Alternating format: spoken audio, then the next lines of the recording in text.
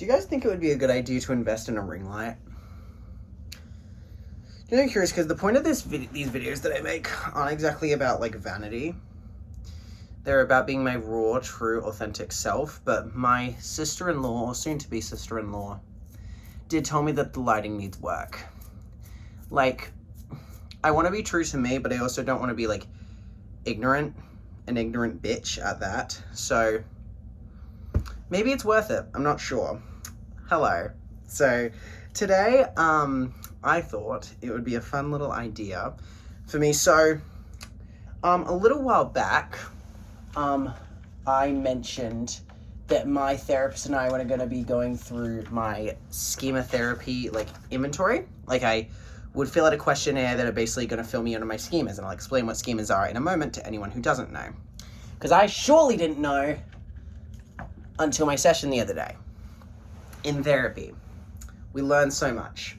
So, so I did an inventory about my schemas, and I just got my results back on what my primary and secondary schemas are and the things that are holding me back, and I just thought that I'd use this outlet to share what those are, maybe explain for the sake of myself and for the sake of anybody who may watch, who knows me, who doesn't know me, as to where those things can come in, and maybe how they can come in ways that you don't really expect or you don't see yourself, or how they can be kind of seen as virtuous traits. So, I've got my little profile here from Ashcliff Psychology. Things to go through my schemas. And in the meantime, I thought I'd eat a little meal, because if anyone watched my last video, that's been a struggle for me to eat those. So, I thought I'd have this, but I'm having a good day today. This is my third meal of the day. I don't usually eat 3 meals a day, so this is really exciting for me. I got veggie burgers with fake chicken, beetroot, lettuce, tomato sauce, and instead of burger buns, see, I always like to have a low carb option for when I do my burgers, but so there's not a lot of low carb buns around, so I tend to go with bagels, because bagels have like low carb options around. That actually, bagels might be 10 times unhealthier, but I also do like their kind of density and thickness. So, yeah. So I'm just going to sit here, and we're going to have a good, nice, and honest chat about schemas while I eat. And if you want, you can grab a snack and eat with me. Feel free to not listen entirely to what I'm saying. Feel free to just leave this on in the background. Either way, your viewership is appreciated. Feel free to stick around and actually listen to me. I don't care. As long as you're here, love you for that. Right. What is a schema? So, the way that I had it described to me by a psychologist assistant that I work with at my day job, my only job, really. She described it as the lenses that you view the world through as developed from childhood. I don't know how this corresponds. So this sheet that with all my schemas on it, I haven't read it really in depth since I got it. So I'm really excited to learn about myself. It's like a very risky, in-depth game of truth or dare. Very excited. So, okay. A schema, what is a schema, you may ask? So glad you asked. A schema is a mental system that provides us with a structure to support our memories, emotional reactions, and core beliefs. Our schemas help us to process and sort out the beliefs we have about what we experience in life. Schemas develop in childhood from the interaction between our basic personality and our life experiences, including any ongoing damaging experience with family, friends, colleagues, or extended network. Because they begin early in life, schemas become familiar to us and thus comfortable. In fact, schemas can be so comfortable that we distort our view of the events in our lives in order to maintain the validity of our schemas. Schemas may remain dormant until they are activated by situations relevant to that particular schema. Schemas come out in how we interact with others. People generally tend to have a few primary schemas and a few secondary schemas that operate I'm going to try that again. People generally tend to have few primary schemas and few secondary schemas that operate day to day in their lives.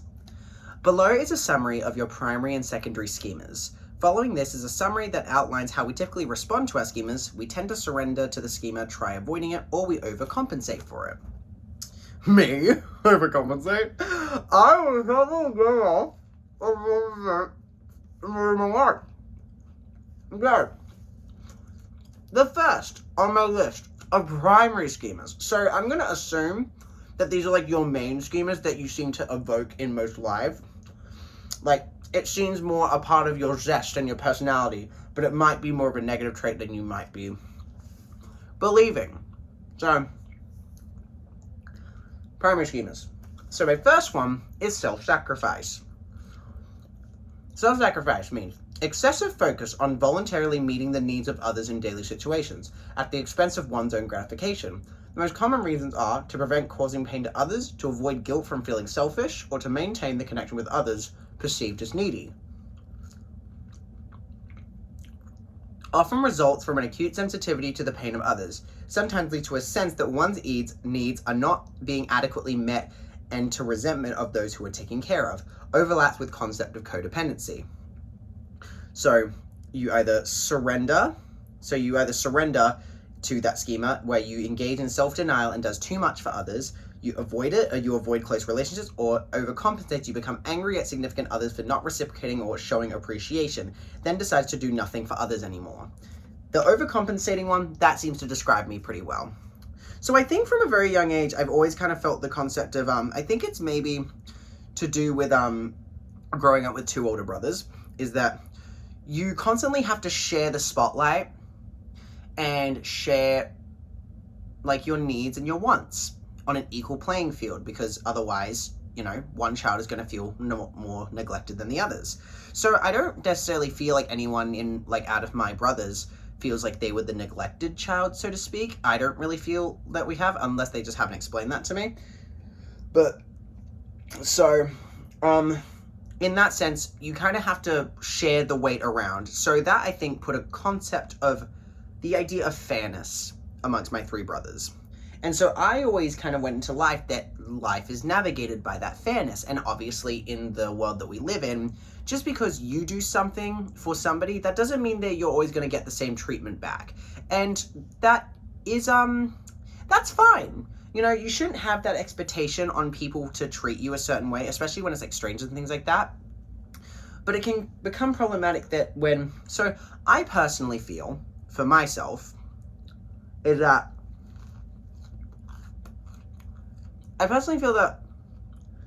I do a fair bit to sacrifice what I like for other people, right? I make a really strong effort to carve out time to my friends and my loved ones. I bite my tongue on a lot of feelings, and I forgive and show grace for a lot of things. In my eyes, I do that. So, when I do things wrong by a group of people, and I don't feel like I'm afforded that same grace or forgiveness, or I want to do things with people and I don't feel like the same effort is being made to carve out time for me, that is when I think this comes into play and I start to get upset, because I feel it's almost like you keep score on the good and bad deeds of your friendship. Like, oh, I've done X amount of good deeds, so I should be entitled to this treatment from them, which is just not how friendships work. Okay, you're a person, they're a person, both are quite fallible. So people are not always going to act in a way that are in your interests or your wants at that time, right? But I think I have trouble navigating that, because I think from my time being a person that always wanted to be there for people's issues throughout high school, I was very much like a nosy Nelly. I was very much loved to be involved in all people's emotional troubles, and I wanted to help them through it because I thought that made me a better person, which will then lead into my next schema. But I wanted to be a good person, and then I found that behavior, even though I was showing so much emotional support for so many people around me, I then felt like I didn't receive the same treatment because people were so focused on themselves, which they're entitled to be. They don't owe anything to me, but I think at the time I was like, you know what, I'm eventually started withdrawing from being so involved because I felt like I was never going to be able to receive that treatment. But realistically, I think I should come to terms with the fact that I can't place that expectations upon my friends.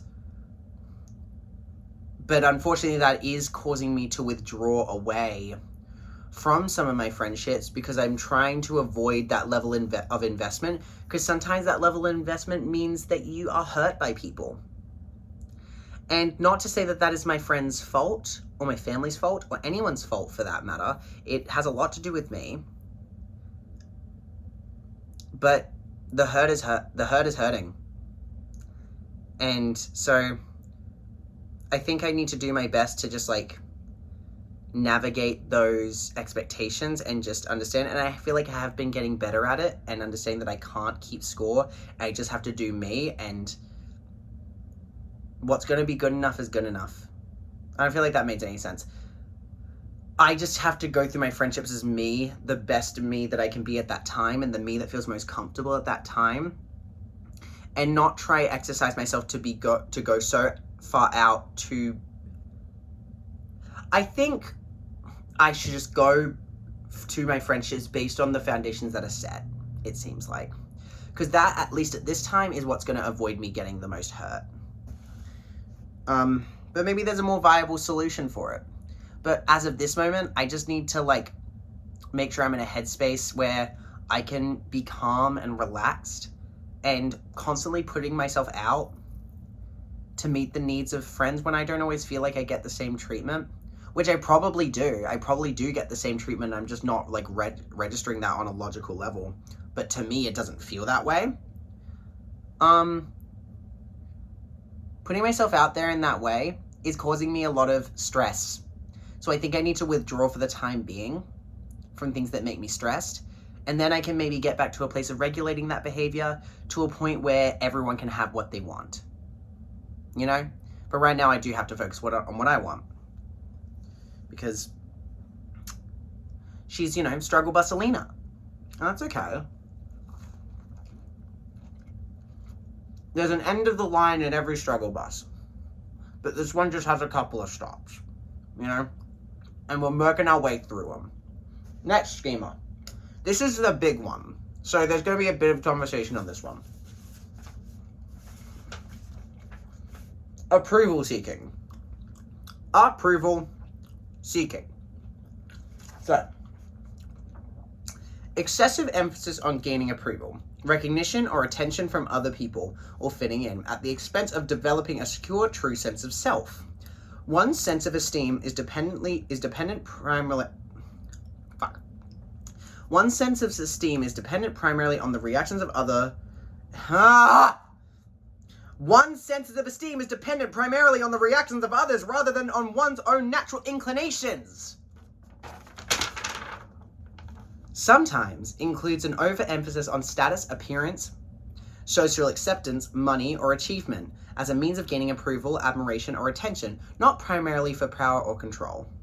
Frequently results in major life decisions that are inauthentic or unsatisfying, or in hypersensitivity to rejection. Sure. So that results, you can either surrender, you draw attention of others to his or her own accomplishments, acts to impress others, you avoid relationship with individuals where approval is desired, or overcompensation will act in a way to provoke the disapproval of others. I don't necessarily think I act in a way to provoke disapproval, but I do try, I sometimes try to keep expectations low, because I'm scared of like setting myself a bar that's high for something in like search for that approval to then fail and fall. But so many avenues in my life revolve around that validation. I didn't realize that until my session with my therapist the other day. But I think this developed growing up. Members of my family have been quite hyperfixated on diet and appearance at points in their life.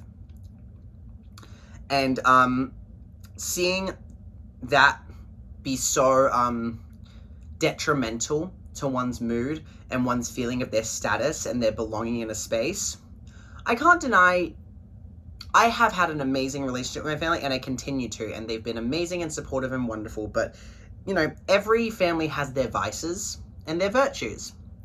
So in this particular scenario, I have had family members who are who rely a lot on the way that they look, in terms of the clothes they wear, in terms of their physique, in terms of their diet, in terms of skincare, makeup, everything to do with appearance. A lot of emphasis has been put on that growing up. And I can't help that, unfortunately, when you're growing up around that, it can't help but translate down to you that you feel like just being around it, it changes the air you breathe. You think that there is value in that. And I like caring about the way that I look, but unfortunately, I'm not so comfortable with the fact that my day can be ruined by a stranger looking at, like, saying, if a stranger, like, gave me a wrong comment about, like, an outfit I was wearing or about my shoes, it could really set me back. It could really occupy space in my mind for a really long time. It's in this, like, I obsess over what I eat, and we've talked about that a little bit. Like, I can obsess over my eating to maintain a thinness because I feel like if I'm thin that people will like me. And for a long time, I think I found myself invested in this world of, like, being desirable for people, being desirable for men particularly. And I've always, I came to this conclusion, I think, after doing uni for an acting degree, that I felt like I needed to look a certain way to get far in life. Because the career I want, a lot of times, it's a lot of really attractive, conventionally attractive people getting ahead in their careers because of just getting their foot in the door based on the way that they look. And that is, you know, I'm so happy for them, and I would take advantage of every opportunity if I was those people. But I've never felt like that person. I've always felt that I've not been conventionally attractive, and I used to not care about that. I really used to not. I really, like, there was a time where I was a lot more effeminate and, like, cross-dressed all the time, wore dresses, had long, like, Hannah Montana-like hair. I wear the wildest makeup looks. I just didn't care about the reaction of the people around me because I cared about being the best me. And that's where I want to get back to. But unfortunately, after acting school, things kind of changed. I felt like I needed, like, that from then on, I had this feeling that the way that I looked had a metric value, had, like, a commercial value.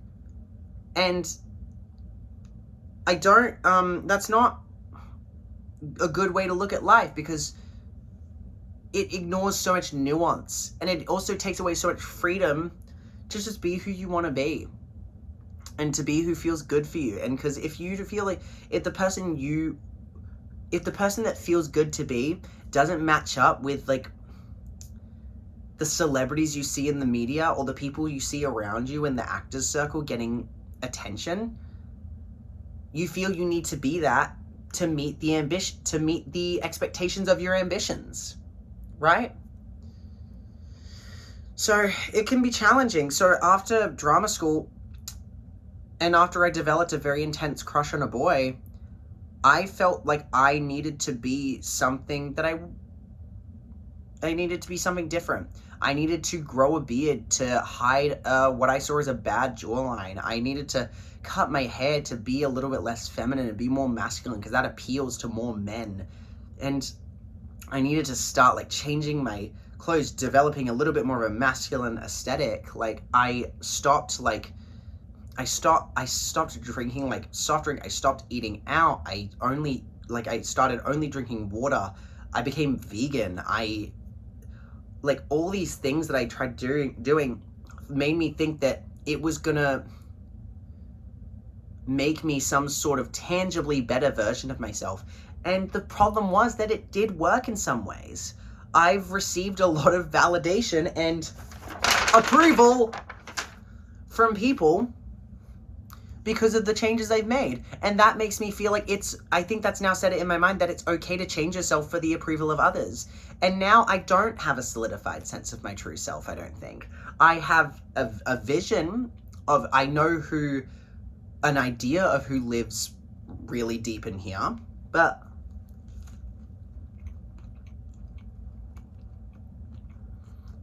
I have an idea of who lives deep in my soul, if you believe in souls, but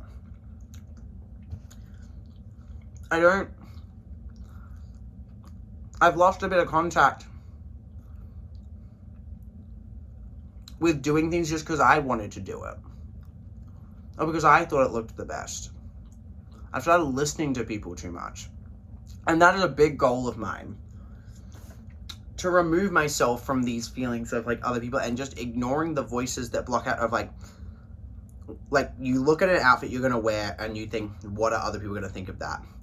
I'm trying to ignore all that. I'm just like, wear what you want to wear what feels good to you, and don't fucking worry about that. And that's really hard, because that is a lot of ribbon that you are unraveling here, a lot of layers on an onion that you're getting rid of. So it is a work in progress, and I've done things that have been good for that. I've done things that have been good for this schema and things that have been bad for this schema. I've done things good like deleting Grindr and Tinder so I don't get that like serotonin boost, that validation from seeing the amount of people that have liked you or matching with a person, or someone on Grindr telling you that your ass looks pretty. Like, it's things like that grant these short little boosts of something. But it's just not sustainable. It's not sustainable. And then I've done things that are bad.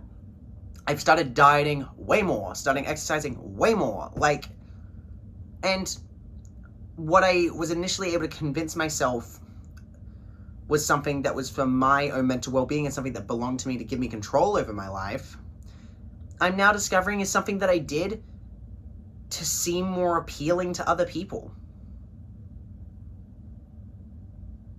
But there's a lot of crossover in that now. I like how I look now.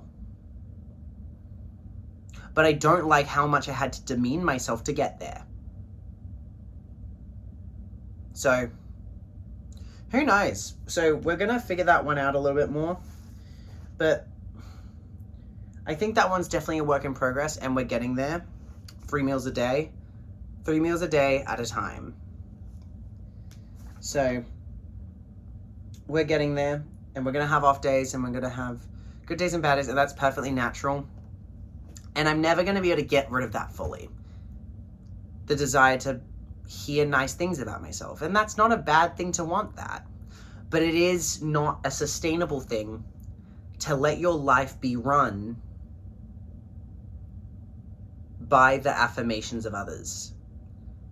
I want to get to a point where I can be in a desert island for a year by myself and just live. Not just live, but live, live. So, I'm excited for the day that happens. And I will get there.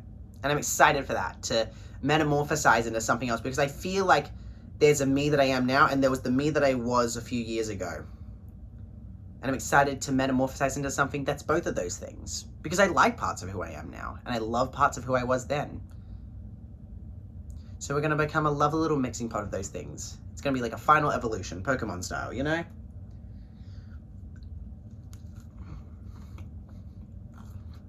Next schema. We have fear of losing control, which is defined as the excessive inhibition or disconnection of spontaneous emotion, action, or expression due to a fear that one would otherwise lose control on their impulses, resulting in dire consequences. This may include fears of being overwhelmed by emotions. Examples as in panic, fear, or despair. Fear of others' response, abandonment, rejection, ridicule, judgment. Fears of harming self or others, if giving into aggressive impulses or intrusive thoughts. Fears of overindulging, losing control of spending, eating. There may be excessive preoccupation with one's internal state and how one appears to others. So I feel like this probably ties into thing. I think like So I can explain my situation with eating. People who struggle with eating, it's an attempt to gain control over their lives and to make sense of things. Because I think I've felt so able to sway with the winds of the opinions of other people's on my personality and my looks. So I feel like I wanted to gain control of that and be able to control people's feelings about me. It's all about control. So I thought, if I can control my eating, if I can control my diet, if I can control my body, if I can control my skin, if I can control my hair, if I can control what I do and what I don't say, and what's over the line, what's underlined, and what's good, what I'm talented at, and what I show to other people that I'm good at, and to hide the things that I'm bad at, to avoid embarrassment or rejection, that would make me feel like I'm in control of my life. That, like, those things would make me feel good because I would feel organized and together, right? So the anxiety can take over when you feel like you don't have control. And that's why I think I have. So recently I've done singing since I was a little kid. And I want to get into singing, like, in busking and in public and things like that. But I'm scared. I said to my friend just a bit ago, because I had a friend over and we were playing a video game tonight. I said to myself that I don't feel ready to perform in front of my friends because I am so inexperienced to the world of singing like that in front of other people in that format. I did, like, musical theater and stuff like that. I've sang in front of others before, but not in the sitting down and busking, just singing as you know? It's a lot more of a vulnerable thing, I think. But, oh, there's tomato sauce on me. So I want to get out there and sing, but I'm scared to let my friends see that. I kind of, my impulse is to do it in secret, so I don't worry about their judgment or their preconceptions about who I am. And I feel like if I don't, I can control their perception of me, when in reality, I shouldn't have to worry about that. But I do. So maybe doing acts like that, pushing myself outside of my comfort zone and relinquishing control to things, maybe that'll be good for me. But right now, my life is very regimented because it kind of needs to be in terms of my sleep. Like, in terms of my sleep and the things I'm trying to be good at. Like, I'm trying to, like, give attention to all the things that I want to do in my life, which is good because a lot of like, I want to give attention to things that revolve around just me. Like, continuing piano, like my working out, sewing, this channel, like writing, my work, like my, like, self-care, all that kind of stuff that just belongs to just me. I'm trying to keep that really regimented into my schedule so I can continue to build up that sense of self. But that being so regimented and organized doesn't exactly complement the idea of relinquishing control. So I'm gonna continue to buckle down on this, on having this organization. But once I feel that that's more in my body, I think I'll give myself more room to play with this, you know? But I think just by doing things, it's very simple. To relinquish control, to lose my fear of losing control, I need to do more things I have no control of. Which sounds self-explanatory, but it is weird to say out loud.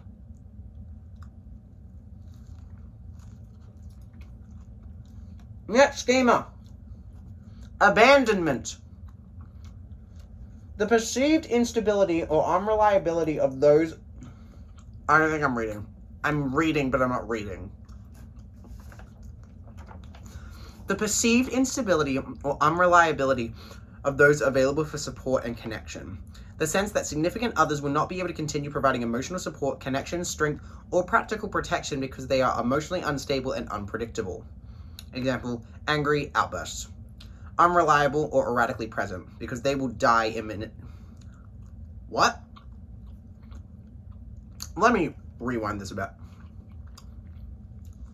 Then significant others will not be able to continue providing emotional support. Oh. Or Because they will die imminently, or because they will abandon you in favor of someone better. Because you're not sharing these things because they will die or they'll abandon you. Yeah, you either surrender to that, you select others / partners who are unavailable or unpredictable. Avoidance avoids intimate relationships in fear of abandonment, and overcompensate pushes significant other ways with clinging, possessive, or controlling behavior. So we kind of surrender and overcompensate here. I think I used to surrender, and now I'm overcompensating more for that. So I've always felt really expendable to a lot of people. Mainly, my family and my really close friends. With certain friends I have, I feel like I don't have that, I don't feel like I have that stable foundation underneath me. And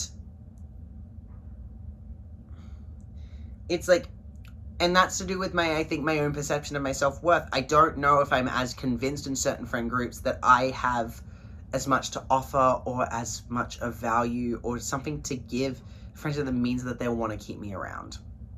And obviously I do have value. I'm a kind person. I'm pretty funny sometimes. Like I have I'm relatively socially outgoing. Oh my god, it's so hard for me to come up with fucking compliments for myself. I do have things to offer to a friendship group, but it's also not about what you offer to a friendship group. It's about just being you and them enjoying that. And I sometimes don't feel that same trust in myself that's enough, you know?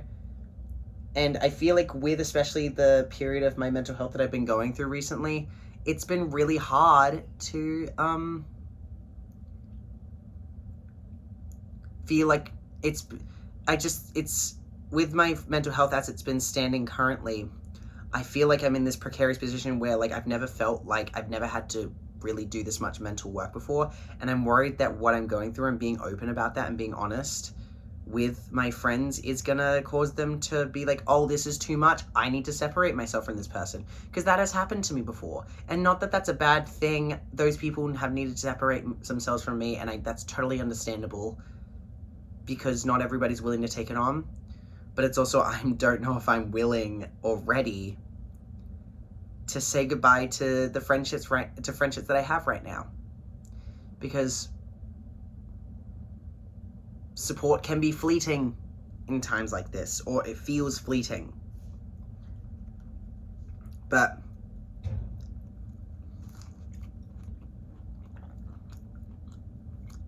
I'm excited.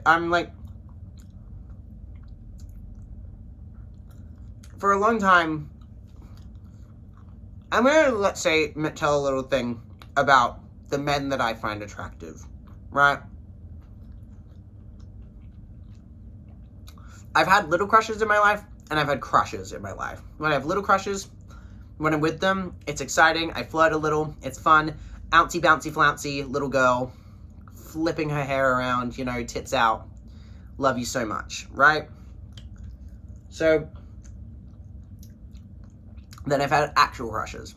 And when I have an actual crush, I go insane. I go absolutely insane. All I think about is them morning, day, and night. And because they occupy so much space in my brain, I begin to resent that person because of the amount of emotional control they have over me. And what we're learning thus far, if there's one thing in my life I don't like to relinquish, it's control. But that feeling, so there are the people in my life that I have the little crushes on who are usually very decent people. But the people I tend to attract in that way tend to be a little less socially outgoing. They tend to be a little bit more introverted. And they find themselves drawn to me, I think, because I'm a little bit more socially outgoing, which is, not a problem. Love, the people that I've been around that have been more introverted and stuff like that, they're lovely people and I like them a lot. And they've had a lot of traits that I've been very attracted to. But when I feel like I have that control and I'm the most socially domineering one, and I feel like I control the flow of conversation and the flow of my social dynamic with this person, I don't feel as much passion and excitement because I don't feel like I'm chasing anything. I feel like I've already won something. And to say that you've won something in describing a relationship with another human being is insane. It's absolutely insane. And that is not something, and that is a weird, not weird, but it is a problematic way to look at your dynamics with potential loved ones, you know? So I feel like that, so I feel like very safe with these people, and I feel very comfortable, and I love that they're good people, and it feels like nice to be with someone that I feel like my family would like, you know, that would treat me well. But then I meet other people that I feel are more socially outgoing than me and hold more power than I do. And I feel like that control that I so crave in my life when I feel that gets taken away from me, and it almost feels like the power is in the other person's court, I almost get intoxicated by this desire to have it back, or to have this tennis match with this person over this control. So I find myself in turn attracted to people that cannot give themselves to me emotionally, and cannot give themselves to anyone emotionally. I tend to find myself attracted to very emotionally unavailable people because their self is shared amongst so many others, because they hold this power over so many people. So they have their fingers in a lot of different pies and their fingers in a lot of different people. So that can leave you very confused. It can leave you very dazed, but it also leaves you very hungry for more attention from this person, because when somebody has that sort of power over you, it fills you with excitement and passion. The very same excitement and passion that you're lacking with this person over here who's decent and kind. So you find yourself attracted to these people, and you spend your time trying to be with those people. And you're just hurting yourself in the process, because you're giving so much of yourself to a person who will never pay attention to that energy in the way that you want. So you feel really crushed inside. But you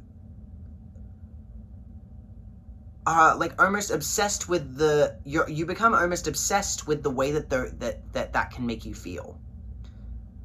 The excitement of being able to be at somebody else's command. It's weird. It's very weird. But that's led me to have crushes. My big crushes have been on people that I don't think are very emotionally available and haven't been very good for me emotionally. So, yeah. When I can't predict a person, it can be very exciting for me. But when you can't predict a person, it makes it much more likely that they're going to hurt you and you're going to be blindsided by that.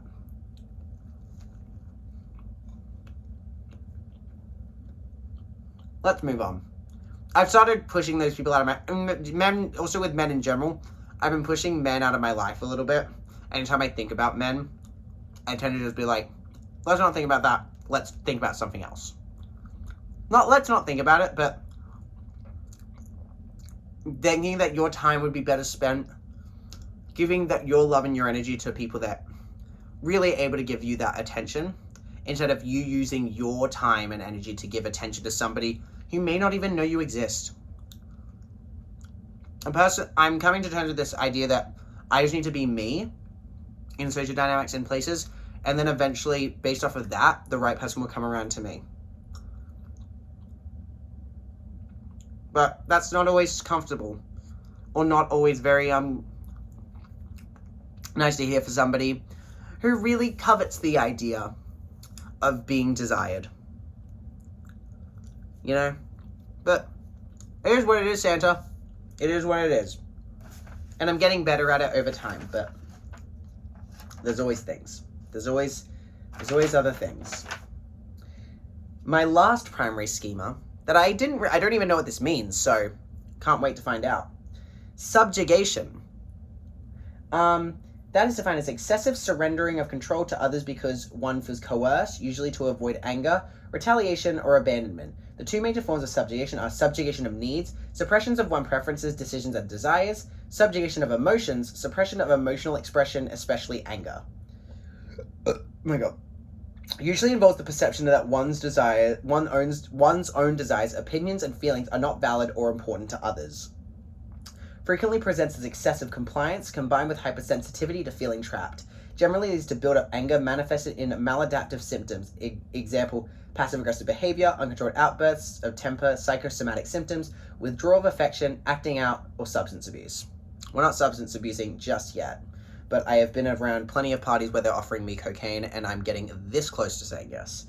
So that can show itself in surrender, lets others control situations and make choices, avoidance avoids situations that might involve conflict, overcompensation rebels against authority. So, this then relates to those men that I'm talking about, the men that I obsess over. So these men that I obsess over, I feel like compliance is what these men, my compliance with these men, I get frustrated with that compliance because I'm like, no, you should be a bad bitch that's able to stand on her own and have this man pawn after you. So in turn, I then project hostility onto these people. So that's that overcompensation thing. I rebel against these people and I withdraw and I don't act like a regular human being around these people. I become very passive aggressive. I shoot a lot of daggers at these people who realistically, they're not trying to hurt me. But they do through their actions hurt me in ways that they may not understand. And not that that's their... It's not their fault that I've developed this feelings for them, but, you know. In the same way I'm going to hold myself... I'm absolutely holding myself accountable for the way that I can treat the way that I can respond to the whirlwind of... that these people create in my life. I think that these people also can be accountable for their actions and the way that they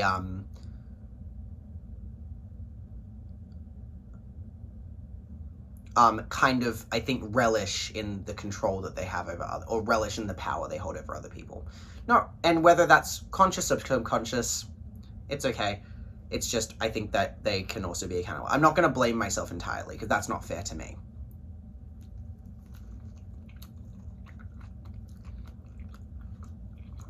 So,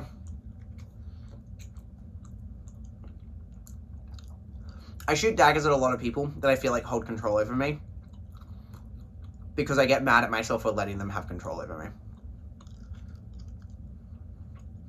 And that's not fair to these people because they're not intentionally hurting me. But I sometimes find myself intentionally trying to hurt them to try and make them feel... to make them have awareness of the way that they've hurt me. Which is this, kind of circles back to this idea of fairness, right? Self-sacrifice, fairness, keeping score. An eye for an eye, if you will. Which is not healthy. I wish, but... a lot of these schemas can tie into each other in a lot of different ways. Like subjugation and abandonment and fear of losing control. All these things can really tie into each other. But, yeah. I can be kind of aggressive towards these people that I feel like I don't have control over. Or when I feel like they don't have... when I can be aggressive towards people that I feel like have control over me. Because I resent that control. But I wish I just knew a healthier way to get that control back without having to tear the other person down. To project hostility to make them see me as somebody who's not willing to be controlled by them. Who knows? You know? Anyway, that brings us to the end of those primary schemas. I just have one more schema, and it's my secondary schema. So this one is defectiveness. A feeling of being defective, bad, unwanted, inferior, or invalid. An internalized belief that they are unlovable and could not be loved for who they truly are. In friendships, they may be hypersensitive to criticism, rejection, and blame. Self-conscious, makes a lot of comparisons and feel insecure around others. So yeah, a lot of my feelings around, like, I feel like this comes back to my not really having an established true sense of self. I feel like I'm really trying hard to find that. And so in frustration with me feeling these negative feelings towards myself when I feel like other people reinforce that through minor criticism or minor like forms of rejection or any sort of like accountability thrown towards me, which is, one should be able to take accountability, and I'm getting better at taking that on board, and I've actually had a conversation about this very topic with one of my friends before the schema like inventory. But it's very yeah, when you feel these things about yourself that are hurting you so much, you will do a lot of things to avoid feeling that. And when somebody then gives a suggestion of affirming these negative beliefs around you, and then your inner world starts to become a reality, seemingly a reality in your outer world by these people seemingly affirming these things that you feel inside of you, it can make you very vicious. It can make you very defensive and annoyed because you're like desperate to not believe these things are true. And that's why 2025 has been a lot about honesty. And that's why these videos have been really important to me, because I'm just saying what I feel in this current moment and what I can make sense of at this time. What I say here is often not what I'd say to my friends to their faces, because it's not as simple as just talking to myself and talking it through with myself with my friends, because you have to filter it down for other people. It's not as simple as being unfiltered and just unfiltered and just like saying what I've just said now without feeling the need to explain yourself. Okay? On this, I can just say something I feel in this moment. I may feel very differently about a lot of these things tomorrow. But in this moment, this is what I feel. And that's the point of this. So I don't want to, like, this is not the end-all, be-all of my emotional state. This is just, like, something the thoughts that are being provoked at this time when reading these things. But, you know, I think everything I'm saying, like, everything I'm saying is just my authentic feelings now. And who knows what I'll feel later, which I've just kind of repeated in circles like 3 times now. But yeah. So that basically brings it to the, God, I've been yapping so much I haven't even had time to really, like, eat my food. I'm literally, like, almost done with, like, the first bagel. I've been talking for almost an hour. But yeah, I'm going to finish this off. And finish this off. But, you know, schemas. Everyone has them. Like, to say that you have any of these things resonate with anybody who's watching, it doesn't mean there's anything wrong with you. These are all things that a lot of people struggle with, and a lot of people go their whole lives without knowing about themselves. And these people can live very happy lives. Everyone has their vices and their virtues. And even though these things, you know, I think these traits could use work, these are also things that make up who I am. And for the most part, I like who I am, at least at this moment. And I like that I'm ready to take on these things head on. Because I think some people aren't ready to do that. And I'm happy that I'm trying to do that. I'm happy that I'm doing my best. And I think I'm proud of myself for doing my best. But yeah. Anyway, thank you so much for tuning in. This is a bit of a longer one. If you, like, actually actively listened through this whole thing, well done to you, honestly. Because I was, yeah. Impressive. And if you just left this on in the background, I hope you enjoyed whatever it was you were doing while listening to this. But, yeah, so have a lovely night or day whenever you're watching this. And I will circle back to you guys with another video at some point later on, whether it's about mental health, whether it's, you know, just something me getting up into my... I feel like I'd probably do with a more lighthearted video after this. I feel like things have been getting very dark.